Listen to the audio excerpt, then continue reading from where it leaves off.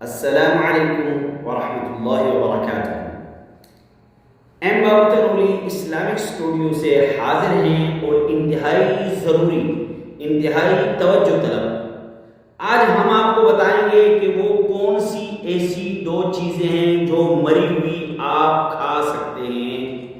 کون سی ایسی دو چیزیں ہیں جو مری ہوئی مسلمان کھا سکتے ہیں اور ان کا حوالہ حدیث مبارکہ کے اندر ہے اور آپ علیہ السلام نے فرمایا ہے۔ پتہ ہے آپ کو؟ نہیں پتہ تو ویڈیو آخر تک دیکھیں۔ کون سے ایسے دو خون ہیں جن کو آپ کھا سکتے ہیں اور آقا علیہ السلام کا فرمان ہے، آقا علیہ السلام نے امت کو بتلایا ہے۔ تو سنیے، حدیث کے الفاظ ہیں احلت لنا المیتتان، احلت لنا۔ آقا علیہ السلام نے فرمایا کہ دو چیزیں مری ہوئی، میتتان مری ہوئی، دو چیزیں ہمارے لیے حلال کر دی گئی، میری امت کے لیے حلال کر دی گئی۔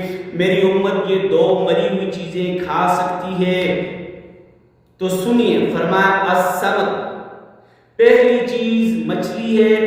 مچھلی آپ دریا سے نکالتے ہیں، نہ اس کو ذبح کرتے ہیں، نہ اس کو ذبح کرنے کی ضرورت ہے، دریا سے نکالتے ہیں، اس کو صاف کرتے ہیں اور کھا لیتے ہیں۔ وہ پہلے سے مری ہوئی ہوگی تو اس کا کھانا حلال ہے۔ اور دوسری چیز مکڑی،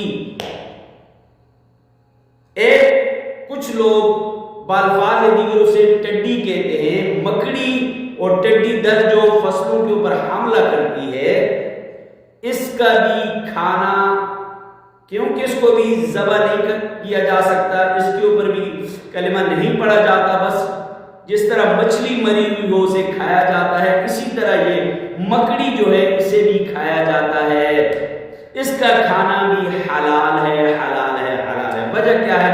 وجہ یہ ہے کہ ان کے اندر بہنے والا خون نہیں ہے، دم مسفوح نہیں ہے۔ وجہ یہ ہے کہ ان کے اندر بہنے والا خون نہیں ہے، دم مسفوح نہیں ہے۔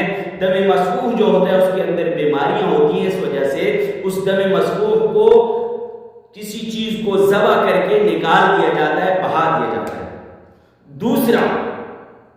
دوسرے دو خون احلت لنا الدمان، ہمارے لیے دو خون حلال کر دیے گئے، ہمارے لیے دو خون حلال کر دیے گئے۔